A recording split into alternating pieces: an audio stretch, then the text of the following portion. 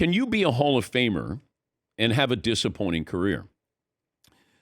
Yao Ming is a Hall of Famer. Now, he's a Hall of Famer because, he's from China. There's probably, political ties to that. International star coming over here. It was a big deal when he came to the United States. But he was 22-11 in his best seasons, played 7 really good seasons, didn't win anything. But he's a Hall of Famer. I don't know if he lived up to what he was supposed to be. Yeah, Marv? Now, when you mean disappointment, do you mean disappointment by performance or disappointment by, injuries? Well, did injuries really, bring him down?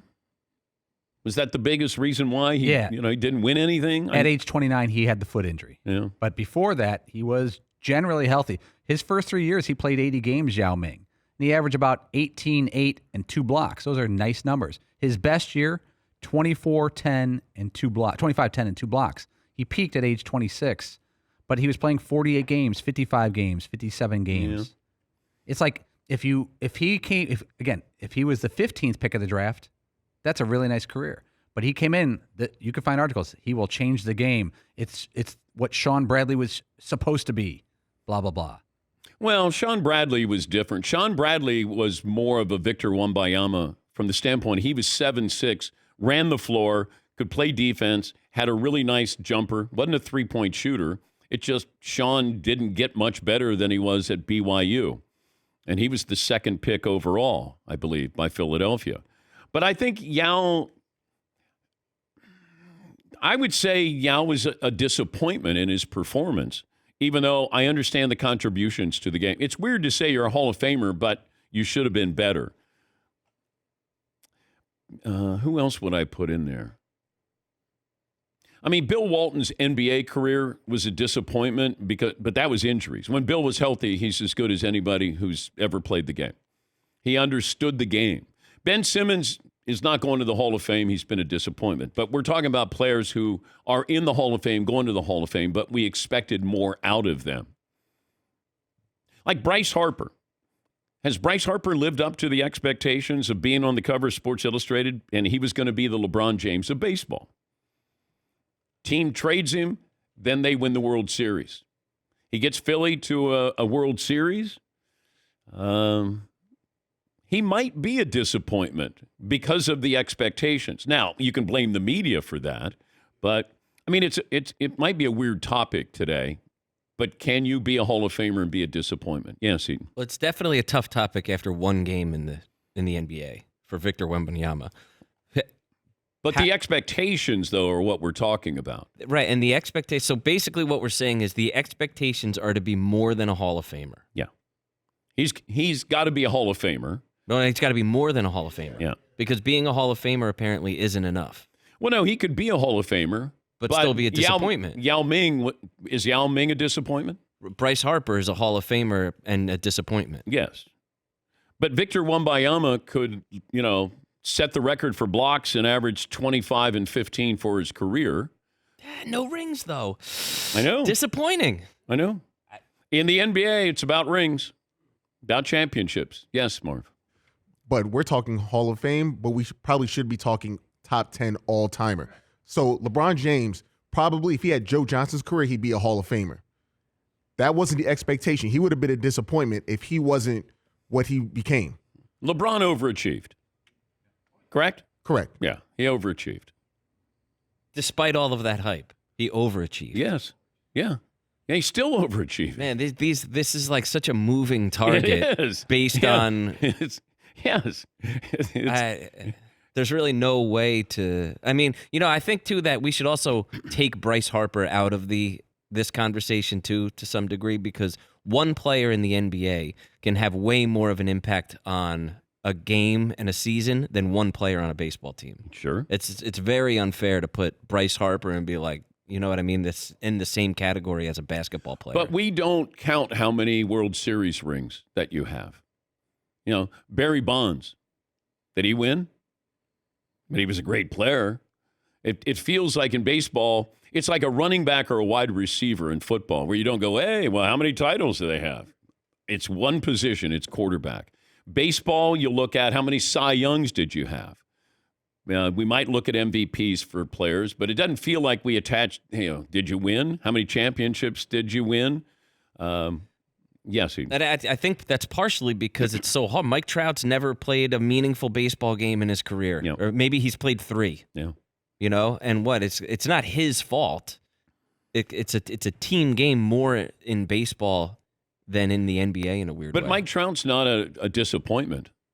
Mike Trout will probably be statistically be a top 10 career. I think he didn't fulfill the promise we thought of winning something, but statistically, he's going to be one of the great players of all time. Yeah, Paul. Like Bryce Harper has really good postseason stats. They're clearly better than Mike Trout because Mike Trout didn't do anything in the postseason. But Bryce Harper in 12 years, he's been top 5 for MVP twice. So he's had 2 great seasons out of 12. Yeah. He's had a bunch of average seasons. He usually hits about 280 with about 28 home runs. That's really nice. That's not the next LeBron or the next whatever he was. His first 12 years aren't even sniffing Albert Pujols' first 12 years. I mean, it's not even, It's galactic. Bryce Harper hit 281 with 300 homers in his first 12 years. Albert Pujols hit 325 with 475 homers. But is this on us, the media, or on the player? Because fair. The player didn't say, put me on the cover of Sports Illustrated. Now, LeBron called himself the chosen one. You already put a bullseye on you. I don't know if Bryce said, yeah, I'm LeBron of baseball here. But Sebastian Telfair, who's that on? That's on us. He didn't say, hey, put me on the cover. I'm going to change the game. Yes, Marv. I think Sports Illustrated called him the chosen one, and LeBron was like, I'll take it. Well, he didn't turn it down. Right. That's what. And then you're the king. That you're inviting this. And he wore 23. Yes, Todd. So we're saying for Wembanyama, unless he becomes an all-time great, he will largely be a disappointment based on all the expectations coming into his start. He could have a Tim Duncan career where he doesn't have incredible stats, but he wins. Or you can have incredible stats and you don't win. But I think that'll be in the eye of the beholder if somebody's a disappointment. I think Victor Wembanyama is going to change the game. I think that we have never seen anything like this. That talent, that ability at that age. He's already a seasoned veteran after playing in Europe and coming over here, playing with Pop, smaller market San Antonio. I think you ease him in to start him, and then once he gets there, it's like when Greek Freak realized, I can be the best player in the game. Well, Victor Wembanyama already has a head start on the Greek Freak. He's already a better player than the Greek Freak was. Far better shooter. And you have that ability. Now you need confidence. Now you understand the game. And then that's when it's going to be dangerous. That's when you're going to see how great he truly can be. Yes, Seton. LeBron embraced chosen one so much he tattooed it across his back. Okay, so did I. He's all in. Yeah. I wonder, too, when you look at like draft order, how much that plays into things. Like Albert Pujols, let's get rid of him, right? He was, the 18th pick of the 13th round or something. Yeah. So yeah. That's a unicorn. So he's already a great story because nobody had any expectations. Correct. Somehow the greatest hitter of the generation, teams missed on at least 13 times. And Mike Piazza was only drafted because Tommy Lasorda was somehow everybody Godfather. Missed that. Yeah, they all missed that. Who knows what happened there? Yeah. But, Bryce Harper going number 1 overall, Victor Wembanyama going number 1 overall. Once you have that label, and you've also probably going into that with magazine covers, is anything less than Victor Wembanyama changing the game, like you just said, now going to be a disappointment? Probably to some people, yeah. But it depends on how you, what are your calculations to come up with that guy is one of the great players of all time. Winning is always, especially in the NBA, winning is the great elixir there, the great eraser that you won. You can't. Why do we start with Jordan in the NBA? Because he won. Well, LeBron didn't win as many. LeBron lost in the NBA. It all comes down to winning. Now, is LeBron a better basketball player than Michael? In my opinion, he is. I have to factor in longevity, and I don't want to get into this argument today. I think it's a silly argument, but Mike won. Mike didn't lose.